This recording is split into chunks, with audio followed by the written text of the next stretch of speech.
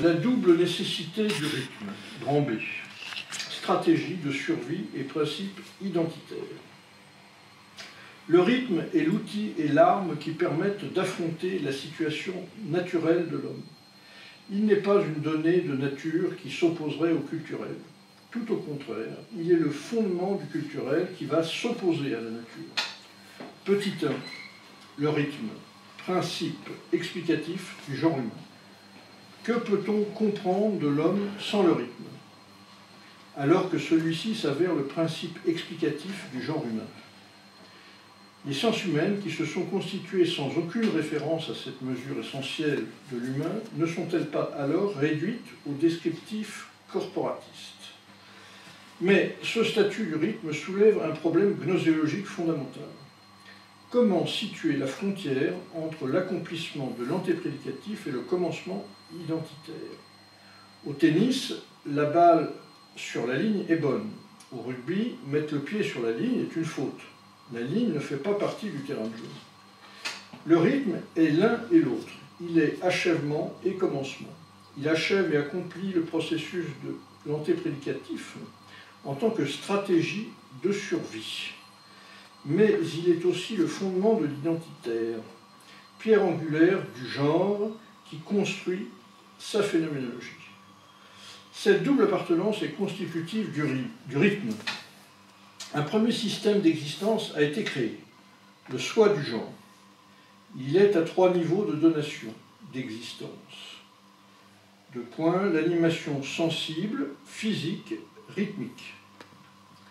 La dialectique assure la synthèse, la dualité de complémentarité et donation d'existence du spatio-temporel et accession à l'autonomie fonctionnelle. Alors, l'auto-engendrement du genre, le passage du soi au soi-même, de l'en-soi au pour-soi, tout un processus identitaire. Grand C, le rythme, temporalité de l'identitaire. Petit 1, le rythme, synthèse du devenir et de la répétition. L'unité existentielle. Le rythme est le privilège de la verticalité du genre, car le rythme n'est pas dans la nature, il n'est pas ontologique, mais il est dans la nature de l'homme. Il est un montage, le plus bel instant, celui qui a le pouvoir de se répéter. Il est un montage du temps, c'est ce que nous avons déjà établi. Il est l'âme absolue du temps contre le temps. Le rythme peut d'abord se constituer grâce aux outillages apportés par les 3 équipements du genre humain. Ce sont des matériaux de construction. Le sens apporte la bipolarité propre à l'organique. L'essence apporte la bipolarité propre à l'organique. Deux points, le cœur, le battement, batterie du vivant, systole, diastole. Et le souffle, inspirer, expirer. Cela est valable pour tous les sens, qui sont soit en activité, soit au repos. Le battement des paupières est aussi une scansion. La physique apporte les mouvements du bipède, le marcher, comme scansion élémentaire. Un pied après l'autre, un pas après l'autre, une, deux. Et le mouvement comme bipolarité, le sens contraire. L'équilibre est déjà un rythme conquis, contrôlé, moyen de déambuler. Ce sont les données de la répétition. Et la répétition est la manière d'être de la reproduction. Ces éléments vont servir de matériaux au montage rythmique, comme nous l'avons déjà constaté pour le montage de l'homme originel logique. Les données de la nature servent de moyens aux catégories cognitives et organisationnelles de l'homme. Ainsi, l'Édipe, le constat naturel et empirique de la succession des générations de nature, selon le fait que certains individus ne sont pas encore aptes à engendrer et que d'autres ne le sont plus, est utilisé pour devenir une loi morale et absolue, l'interdit majeur du genre. La répétition, le binaire, le cyclique peuvent se retrouver dans la nature, pas le rythme, pour la bonne raison que c'est le montage élémentaire de l'homme le support nécessaire à son existence. L'ontologie temporelle, devenir du devenir, temps matriciel, ignore le rythme. Le mouvement perpétuel de cette ontologie est la combinaison d'un devenir linéaire, sans finalité, et du cyclique de la reproduction genre-individu. L'ontologie temporelle est la synthèse de l'être et du temps. Elle n'a pas besoin d'instruments de travail, de rapport à la production. Le rythme est la répétition de la mesure, avec en plus la valeur ajoutée. S'il se répète, c'est pour un devenir qui doit se manifester dans la répétition pour définir le plus impalpable du temps, la trame même de l'existence, ce qui fait que la répétition est aussi le devenir. La scansion est entraînée dans le continuum, celui du faire, du devoir-faire. Alors le rythme est l'acte de survivre, le mode de production de la survie. Il arrête le temps en un éternel présent pour ce point. Pour ce faire, il reprend le temps en devenir évolutif pour le découper en tranches homogènes. Le temps matriciel est le matériau brut qui contient déjà le sens, mais sans la finalité. La répétition s'impose à ce temps disponible.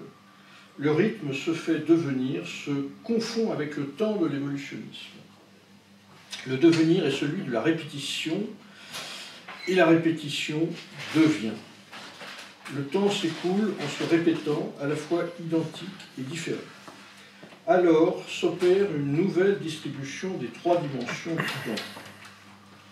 Le présent ne fait que répéter le passé, et le futur ne fera que répéter le présent. C'est le même temps, garantie éternelle, puisqu'éternelle présence du même dans le devenir lui-même. Le présent, le passé, l'avenir se confondent en un instant qui est éternel. Éternelle gloire du rythme. Alors, bon, on fait le 2 et puis on s'arrête après. 2, petit 2. Le rythme, négation de la mort. Le rythme, en tant que principe identitaire du genre humain, retrouve l'ontologie temporelle, l'être en devenir. Lui aussi est la synthèse de l'être et du devenir, selon l'évolutionnisme. Cette similitude révèle la toute-puissance démiurgique du rythme. Le rythme est au genre humain ce que l'évolution est à l'être, le même pouvoir de création, soit de l'être, soit du genre. Avec le rythme, la créativité du genre l'emporte même sur celle de l'être, car la temporalité de l'être, temporalité pure, sans intervention humaine, n'est que devenir du devenir, sens, mais sans finalité. Le rythme apporte sa valeur ajoutée. S'il ressemble au devenir de l'être, c'est dans une temporalité finalisée par le procès de production.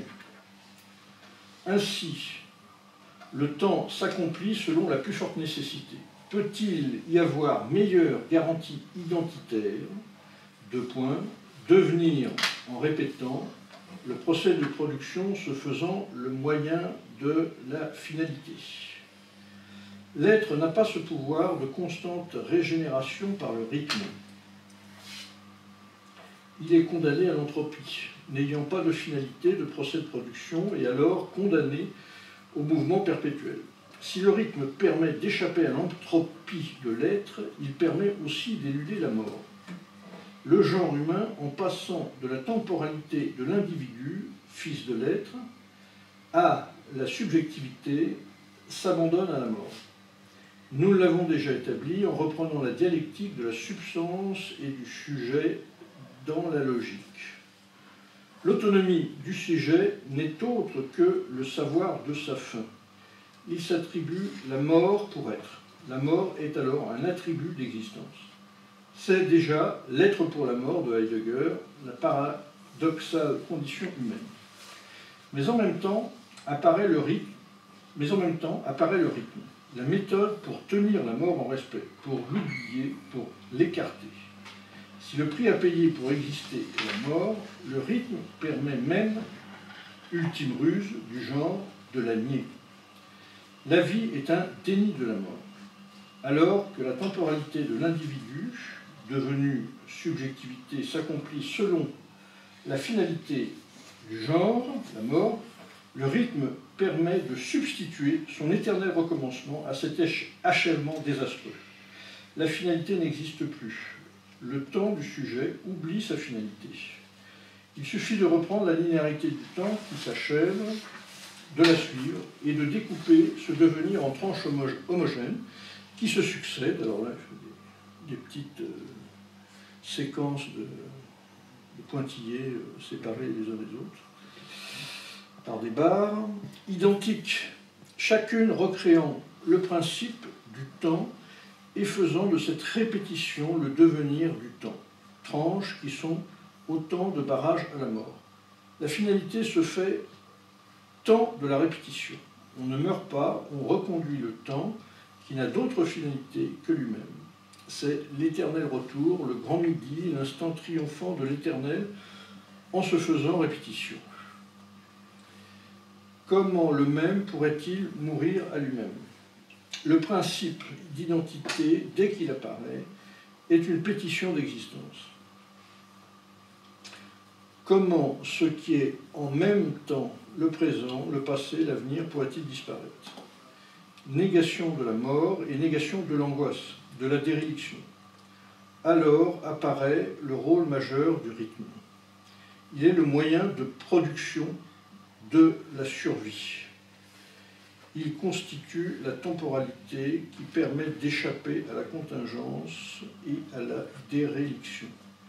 Il n'y aurait pas eu d'homme originel sans cette armature temporelle, qui est antérieure à tout mode de production et fondement de la production.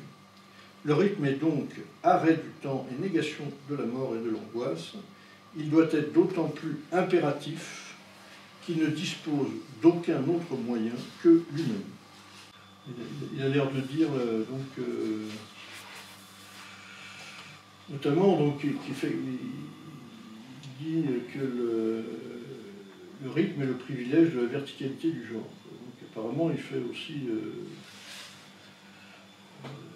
il donne une place centrale, sans doute, à la verticalité dans l'émergence du rythme, je crois. Savoir le fait du balance, enfin de comment ne pas tomber en avant, pas tomber en arrière, supposément, hein, pour l'aspect physique des choses, puisqu'il dit qu'en fait,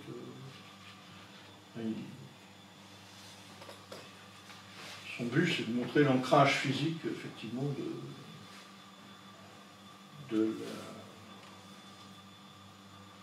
en anthropologie, quoi.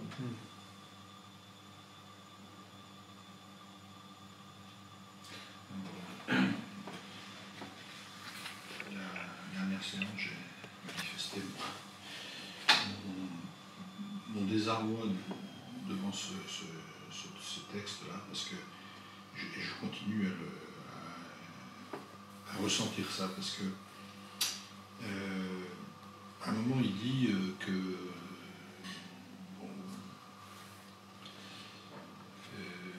au tennis la balle sur la ligne est bonne, ouais. Au rugby mettre le pied sur la ligne est une faute. Alors moi ça je le découvre totalement pour le tennis comme pour le rugby. Oui, c'est ma philosophie personnelle, c'est mon sport. Il est amateur de sport. Mais on laisse penser que quelque part on va avoir la démonstration que le rythme est l'un et l'autre, c'est-à-dire à la fois du rugby et du tennis. Mais je ne vois pas la démonstration. Je vois une affirmation, mais pas de démonstration. Et je vois de la monstration, mais pas de démonstration. Il n'y a rien qui... Et je trouve que tout ce passage-là est très imbibé alors cette fois-ci d'une phénoménologie presque heideggerienne, c'est-à-dire une philosophie qui part du principe qu'il y a un être qui est l'être de l'existence, qui est l'homme. Alors en tant que genre, en tant qu'espèce, tout ce que vous voulez, mais c'est... Et puis que les autres, ils n'existent que parce qu'il y a l'homme pour révéler leur existence. Puisque c'est l'homme qui détient la clé de l'existence. Il dit le rythme, support essentiel à l'existence de l'homme. Ça, c'est une phrase d'Heidegger. C'est le Dasein heideggerien. Un Dasein heideggerien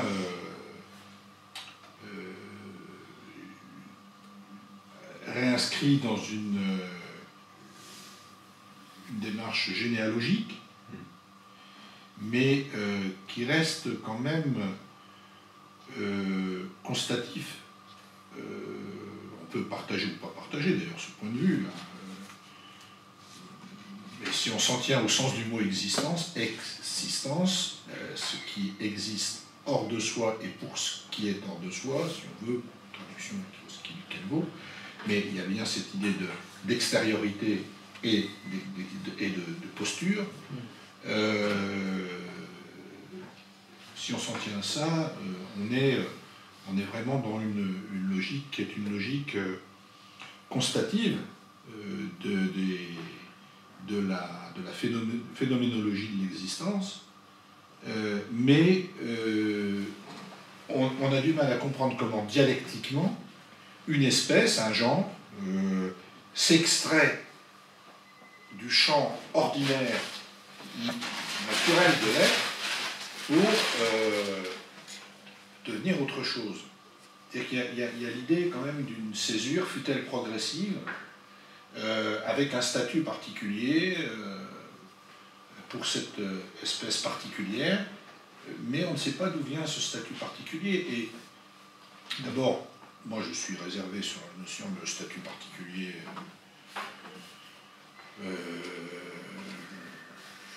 pense que c'est une résurgence de la tendance historique de la philosophie à mettre l'homme au-dessus de l'ordre naturel.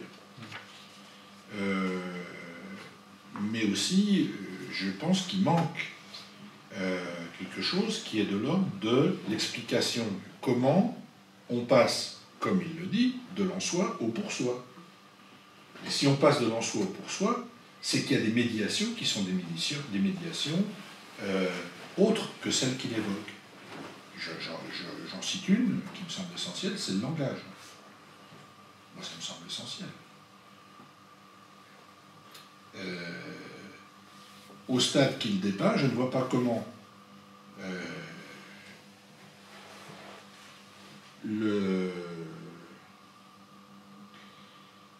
comment on a pu passer de l'en-soi du rythme au pour-soi du rythme autrement que par la médiation de formes symboliques. Et il n'y a pas de médiation de formes symboliques sans rapport social. C'est le rapport social qui produit la relation symbolique, y compris, à mon avis, dans ses formes les plus basiques, les plus simples, telles que Trang Duc Tao a essayé de les rechercher dans ses textes, et de les imaginer dans ses textes. À mon avis, c'est là que ça se joue, c'est-à-dire dans le fait que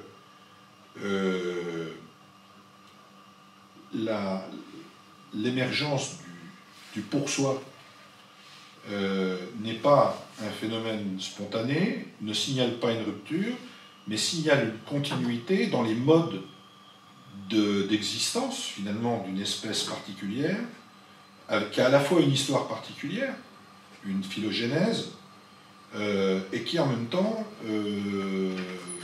s'est détaché par certains éléments d'un champ plus général, celui des vertébrés mammifères. Moi, c'est un peu comme ça que je vois les choses. Donc, je trouve que à ce stade-là du bouquin,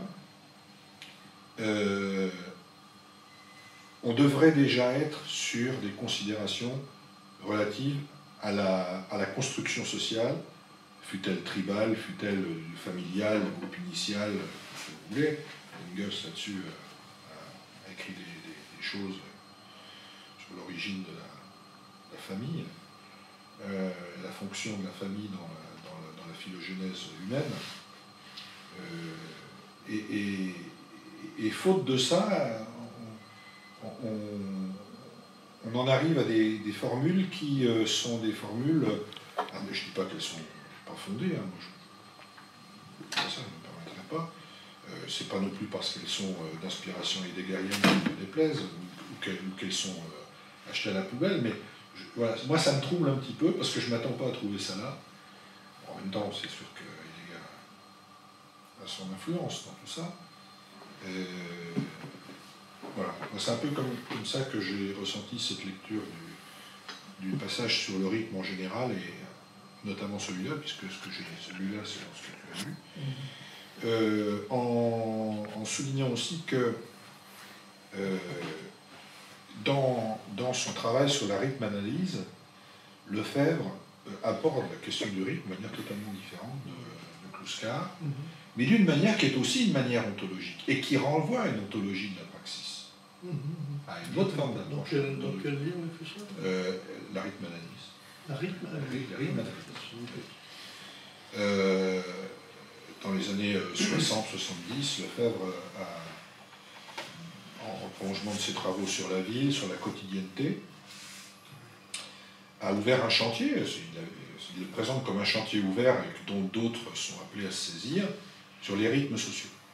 Et sur le travail, l'effort qu'il y a à faire pour comprendre en quoi les rythmes sociaux sont à la fois symptomatiques et producteurs de la formation sociale, à l'état où elle est, avec les caractéristiques qui sont les siennes à un moment donné. Mais on n'est pas du tout là dans le contexte d'une approche phylogénétique, on est dans le contexte, au contraire, d'une ontologie du rapport social, mais aussi presque une phénoménologie du rapport social existant aussi, mais c'est du rapport social aujourd'hui.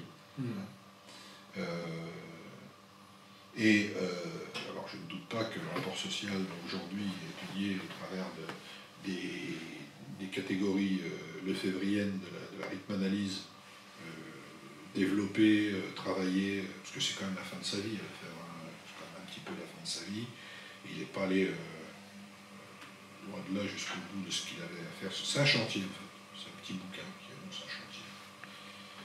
Et je ne doute pas que tout ça peut, moyennant l'application d'une règle méthodologique, à mon avis assez juste énoncée par Marx, qui est que l'anatomie de l'homme est la clé de l'anatomie du singe, je ne doute pas que tout cela peut nous amener à avoir aussi des réflexions phylogénétiques qui nous mèneraient sans doute sur un autre terrain que celui de Kluskar. Voilà ce que moi je pense de ce passage. La station debout, du coup, comme fondement du fait de dégager enfin, je repense un peu à ce que ça m'a placé à un endroit, effectivement, où même le moment où le petit homme acquiert la station debout et le langage, alors je pense qu'il est... c'est presque... une zone un peu équivalente dans l'âge de... Il n'en parle pas, en tout cas. Non, mais voilà, mais c'est pas lui qui en parle, mais c'est comme ça que j'ai la verticalité comme propre de l'homme, basée sur le système rythmique, parce que c'est vraiment une découverte de l'homme. L'homme se découvre acquérant un nouvel espace, les mains libres, etc., par cette verticalité. Alors, est-ce que c'est ce que j'ai compris? Je l'ai interprété comme un fondement qui dégageait tout le... Tu parlais du langage, effectivement, qui devait arriver, effectivement, et la main qui devait arriver derrière ce système rythmique, quoi. Presque comme s'il y avait une métastabilité avec la station debout qui permettait de faire le déplacement, les armes avec les mains. Et peut-être donc le langage aussi, parce que ça, on sait que c'est la conséquence physique, dégager le larynx, etc. Alors je sais pas, je l'ai interprété comme là dans le texte, c'est comme ça que je le... C'est peut-être une mauvaise interprétation. Hein. Non, c'est une interprétation. Je crois que ce que je propose, à mon avis, ce que je propose Kouchkar dans ces chapitres-là, c'est de remplir l'espèce de gap, si tu veux, qu'il y a entre l'être de la nature et puis l'être social. C'est ça. Qu'est-ce qui se passe entre les deux? Et donc la verticalité qui devient Alors, verticalité. le problème, c'est qu'il ne veut pas... donc c'est assez titanesque comme truc. Mais il ne présente pas, parce que finalement, est-ce que le fait de simplement la réduction, si tu veux, à l'organique, l'interprétation organique telle que le dégagement du larynx quand tu te lèves, etc., c'est peut-être un élément, mais ça ne suffit pas, si tu veux, à remplir ce gap. Bien sûr. Le truc reste béant. Je pense que c'est un peu sa critique, si tu veux, qu'il fait une critique, si tu veux, à certaines formes de réductionnisme, donc des néo-kantiens, etc. Donc, comme étant un peu naïf, quoi. Il le dit à plusieurs. Alors, il essaye de remplir ce gap d'une autre manière, c'est-à-dire, non pas en faisant fi de l'organique, en l'intégrant, mais en jouant aussi sur le rythme, on va le voir après, sur la survie, sur des éléments plus ontologiques, je dirais, et moins portés sur des faits ou interprétations organiques un peu empiriques, quoi. Mais encore qu'on ne sait même pas si c'est vraiment ça comment c'est passé. Non, mais... Lui, il essaye de donner, mais bon, c'est quand même assez louable, quoi. Donc une interprétation du passage de l'être de la nature à l'être social, et parce comme on l'a vu donc, dans les chapitres précédents, quoi, donc il commence d'ailleurs par ça, il dit qu'effectivement ça va plus, quoi, on est dans le néokantisme le plus total, enfin au début du il cherche à dépasser une certaine forme idéologique qui paraît ne pas rendre compte de l'être social aujourd'hui. Et la dernière fois, j'avais parlé de Sartre, et là je lis un truc, là, c'est un peu plus loin, enfin, on s'est fait l'aller-retour. Alors, moi, effectivement, là, et d'ailleurs, il y a un schéma, page 148, bon, il montre, si tu veux, il explique donc comment, d'après lui, quoi, l'émergence, quoi, finalement, de l'être nature à l'être social par, alors il appelle ça physique, ontologie, anthropologie. Il essaie de donner une cohérence à cet abîme, finalement, qui sépare l'être de la nature et de l'être social, mais en n'employant pas, finalement, les catégories qui sont constitutives, en dernière analyse, de l'être social. C'est-à-dire qu'il essaye vraiment, avec les... C'est comme ça que je le vois, moi, hein, avec les briques de départ, quoi, comment ça peut se mettre en place, quoi. Donc c'est une hypothèse, bon, elle a le mérite d'exister, et les autres, je pense que les autres ne sont pas suffisantes. C'est-à-dire que les hypothèses qui sont réduites, les réductions à l'organique, paléontologue, etc., ne lui suffisent pas pour remplir ce trou qu'il y a, comment on passe. Alors je pense que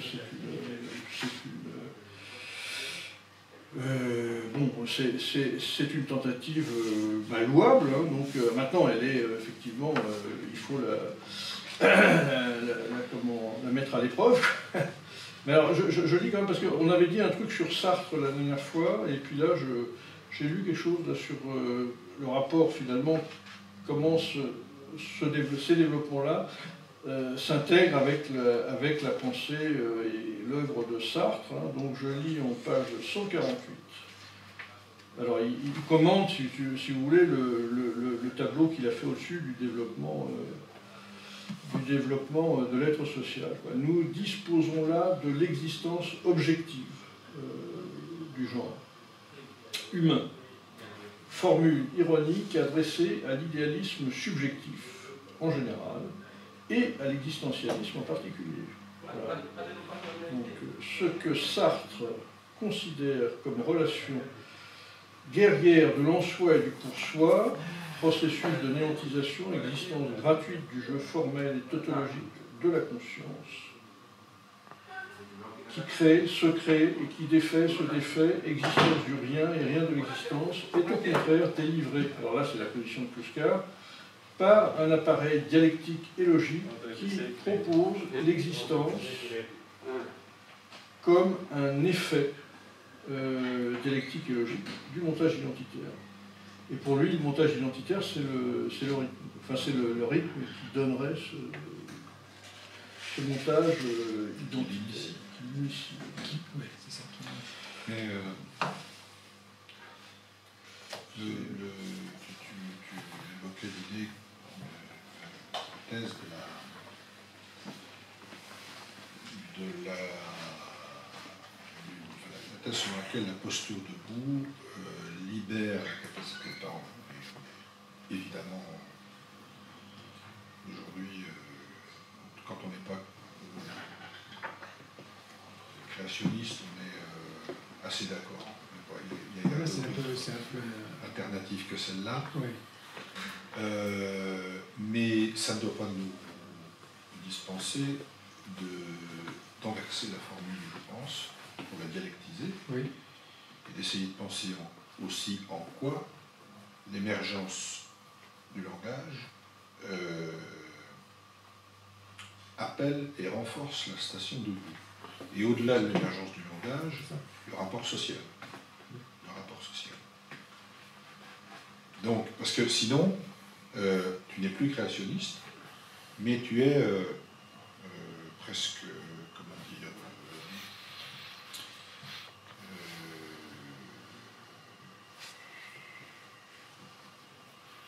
presque déterministe. Hein. Il y a station debout, donc il y a langage. Non, c'est très partiel. Moi, je l'ai interprété comme un élément partiel. Si Oui. Non, mais c'est pas absolu. Je veux bien le croire, mais il n'empêche que c'est la totalité de la pensée de cette interaction entre la station debout, l'émergence, le rapport social de la station debout et l'émergence d'une conscience et d'un langage, oui. qu'il faut penser pour être là-dedans. Oui. Et moi, ce que je reproche, c'est pas ce que je suis d'accord avec ce qu'il écrit sur ça, mais je dis que c'est plutôt sur cette option du montage identitaire qu'il n'est pas complet. Je pense qu'il n'est pas complet. Alors peut-être qu'il l'étoffe après. Et je le comprends d'autant moins qu'avant, il nous parle déjà de processus de production. Il nous parle déjà du produire. C'est-à-dire, et il le dit, c'est lié à une intention. Il y a un moment, il y a une intention qui émerge. Donc une intention, c'est autre chose qu'une répétition comportementale rendue possible mécaniquement par une station debout. Une intention, ça veut dire déjà une projection vers un but, c'est ce qu'il dit, même dans une temporalité d'ailleurs. Oui.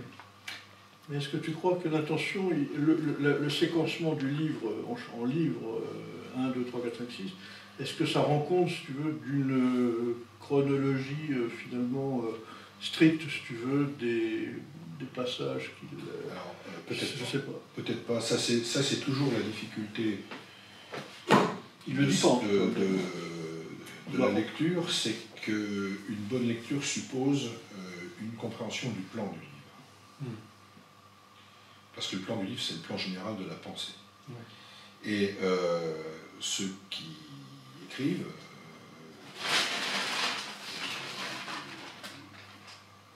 mettent leur logique générale de pensée dans un plan, pas forcément nécessairement dans chaque séquence du plan.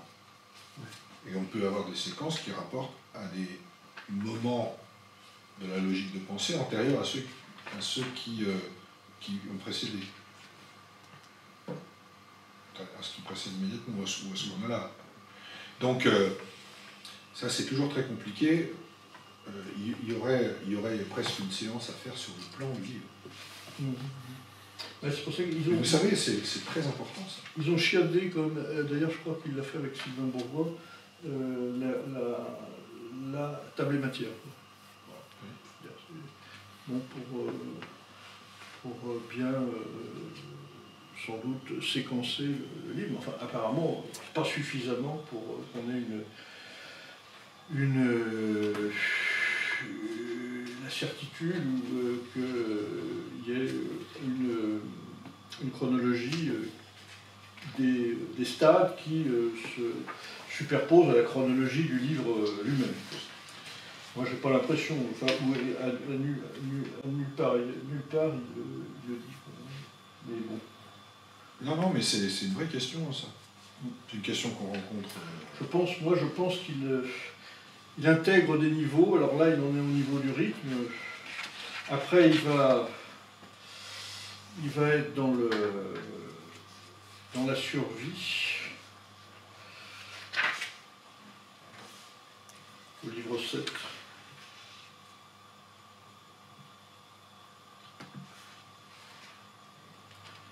Qu'est-ce que le livre 6, là on est toujours dans le grand 2, je pense, hein, du livre 6, on n'est pas dans le grand 3, on n'est pas passé dans le grand 3. Si on se base sur ce qu'on a, c'est-à-dire la table des matières, hein, donc comme plan, c'est quand même, en principe, quelque chose qui doit coller. Si ça a été bien fait, on est toujours dans le chapitre grand 2 de la verticalité à l'esthétique de la praxis. Tu dis que cette table des matières, elle a été faite avec Kluskar. Elle a été faite, oui, ça c'est Kluskar qui l'a fait, mais Sylvain l'a aidé un petit peu. Enfin, notamment pour tout ce qui est mise en page, quoi. Mise en page, tu vois, c'est Kluskar bien sûr qui a donné les titres, etc. Mais si tu veux, il l'a aidé un petit peu à faire les choses. C'est sûr que dans la lecture du plan, on pourrait presque dire qu'il y a une césure à partir du livre 6. Le livre 6 est un développement des livres, je ne dirais pas du livre 1, mais au moins du livre 2, refondation, enfin surtout le temps, à partir du temps originel comme mise en relation du devenir et de l'instant, l'antéprédicatif, le procès de production, tout ça, on y revient et on peut considérer que c'est comme ça que ça se passe. En fait, on développe. C'est de l'interpénétration des chapitres. Bon, c'est possible, hein. Mais moi, je l'ai pas. Peut-être que c'est nécessaire de se dire ça pour comprendre pourquoi il le dit là, puis il dit ce qu'il dit là. Mais de toute façon, je maintiens modestement mon objection. Hein. Je pense que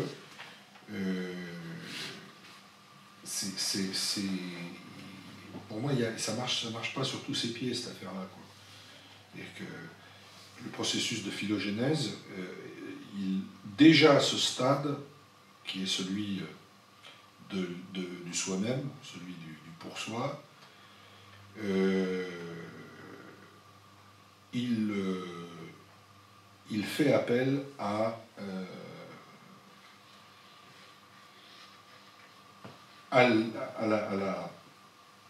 il fait appel au groupe, et donc à la communication dans le groupe, et aussi à l'activité du groupe, hein. Et donc il fait appel à la praxis, et pas simplement à des considérations relatives à la morphogénèse et au dégagement des mains. C'est une chose extrêmement importante. Oui, mais voilà, pour avoir des mains, il faut savoir comment faire. Oui, voilà, mais je ne voulais pas dire. Je pensais qu'il établissait un lien avec cette phase-là, plutôt. Donc, son système rythmique étant presque la base. C'est un élément de base du langage aussi.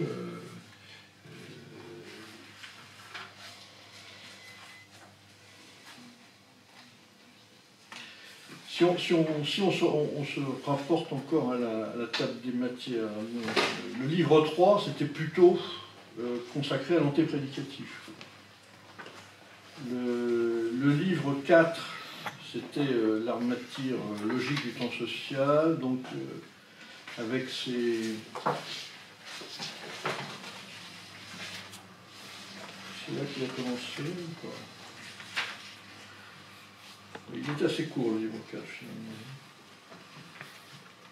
On aurait presque pu le mettre avec le livre 5, l'ontologie temporelle au temps social, qui là, donc il montre l'émergence du temps substance et du temps du sujet, en gros. Et la médiation des deux, après livre 6, phénoménologie de la phylogénèse. Et le gros truc, là-dedans, c'est quand même le chapitre 2, donc, de l'esthétique, de la verticalité à l'esthétique de la praxis. Donc, où il montre comment le rythme va se faire... va être une condition à l'émergence de la praxis.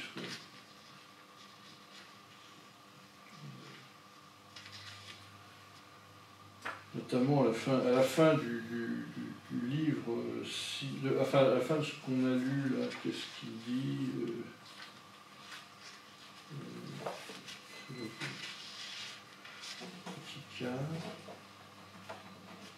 oui, c'est pas chant aussi.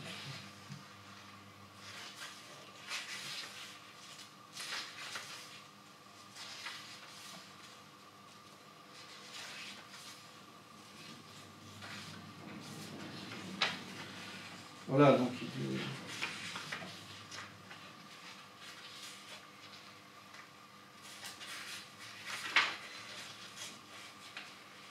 oui, il a l'air de présenter le rythme comme une condition nécessaire une fois que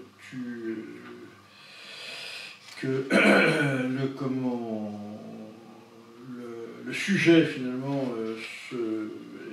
voit la finalité de la mort, quoi, finalement, comme un moyen donc, de contrecarrer ça et d'éluder la mort, au moins dans la vie courante. Bon, c'est une des fonctions, mais c'est sans doute pas parce que le petit 2, c'est quand même petit 2, le rythme, négation de la mort. Donc c'est une des fonctions, au moins du rythme, pas la seule. Mais, ouais.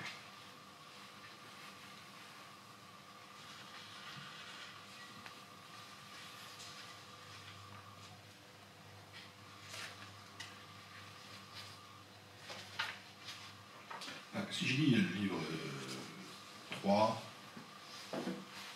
deuxième chapitre, le procès de production, je dis la chose suivante. L'immanence du réel et du rationnel par le procès de production est le principe de la praxis. c'est les pages combien, ça? 69. L'homme s'est donné ce fabuleux cadeau apporté par Prométhée, créer l'existence en tant qu'immanence du réel et du rationnel. Ça me semble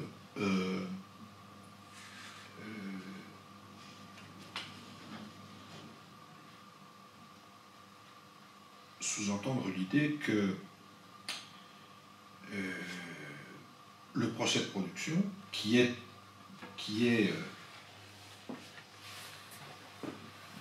le cœur des rapports sociaux, mais qui est aussi un rapport social,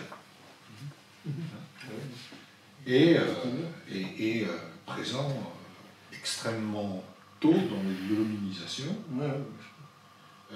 et émerge, alors, dans une relation dialectique, une dialectique temporelle, complexe, avec des échecs, tout ce que vous voulez, des réussites, des actes manqués, mais ça émerge simultanément, Ça.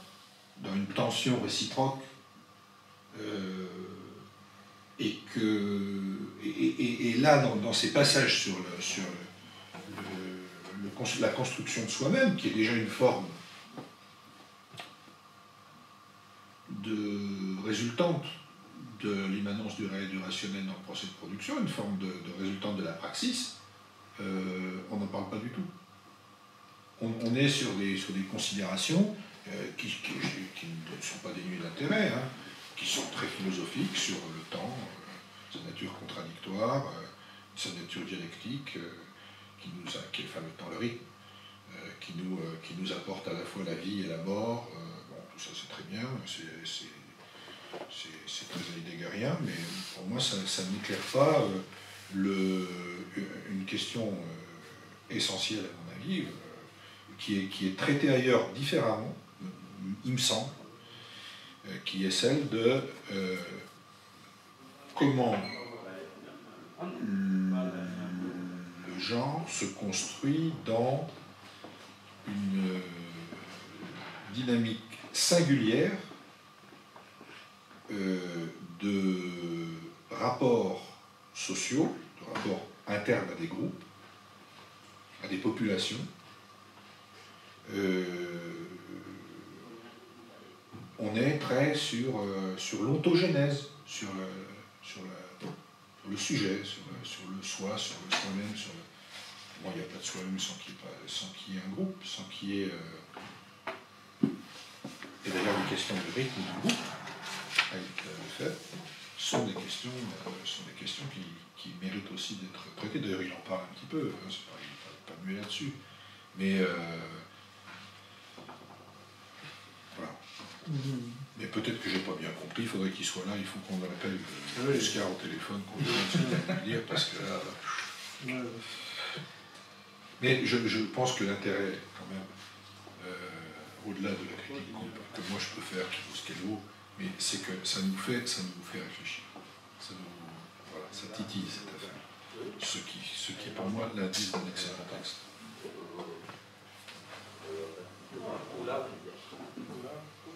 Je crois qu'à travers, si tu veux, aussi l'identitaire, le passage par... je crois qu'il n'est pas satisfait, si tu veux, et dès les premiers chapitres, ça se voit, par la grille que les positivistes, néo-kantiens, etc. proposent. Donc, lui, je pense qu'il est titillé peut-être, comme tu dis, par ça, quoi. Et notamment, je vois donc, à la page 146, un point d'accroche peut-être sur ce qui pourrait un peu montrer ce qu'il essaye de dégager, je crois. Alors, qu'est-ce que c'est? Alors, il parle des harmonies. Bon, après le rythme, les harmonies. Donc, il marque à un moment donné, il ne peut y avoir l'antinomie naïve et idéologique, donc il met naïf quand même, et idéologique aussi, d'un sujet qui soit pure existence et d'un monde extérieur absolument étranger. C'est-à-dire que là, il refuse cette dichotomie, et il dit après, l'identitaire au contraire se constitue en tant qu'expression de la physique de l'être et du genre. C'est-à-dire qu'il veut rompre supposément avec la vision, peut-être, bon, positiviste, un peu, que lui qui qualifie d'idéologique, hein, donc pour tenter une interprétation par la physique, l'être et le genre, qui soit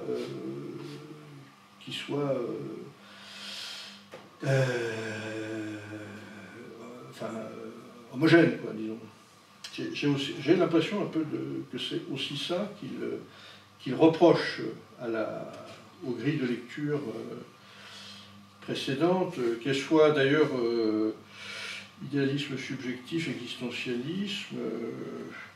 Il aurait pu peut-être ajouter aussi peut-être une forme de matérialisme un peu poussif, quoi. Donc, je pense que c'est un peu ce qui me semble, moi, en général, semble vouloir exposer, hein, et développer, et en particulier donc dans ce livre 6.